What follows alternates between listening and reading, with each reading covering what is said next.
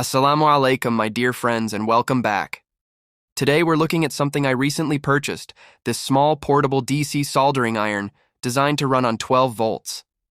The big question is, can this budget tool handle real soldering work? Stay with me, because I'm going to show you not only how it performs, but also how to maximize its power.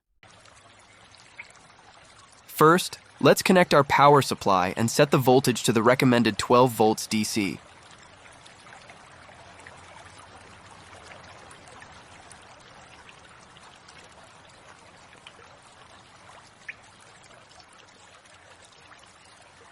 Watch the digital meter now. You can see the iron is only drawing a small amount of current. It's consuming very low amperage.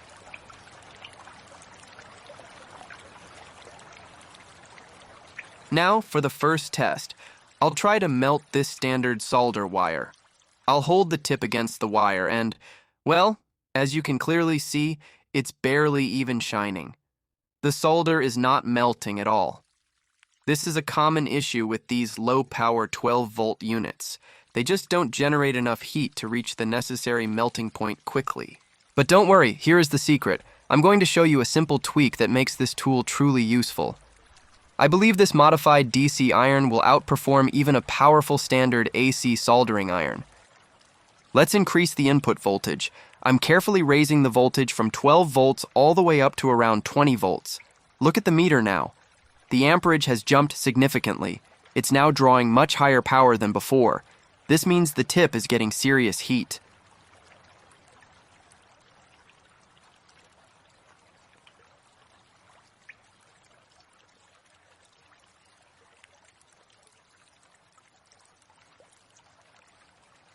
We'll let it heat up for just a quiet moment. Now let's retest the solder wire. Look at that.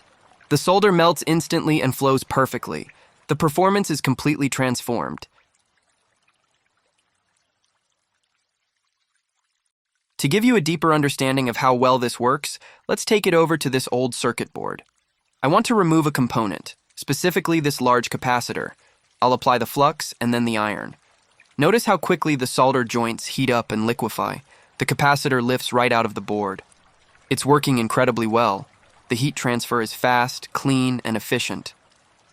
So, in conclusion, while this soldering iron struggles at its rated 12 volts, boosting it to 20 volts turns it into a powerful, reliable tool for your electronics projects.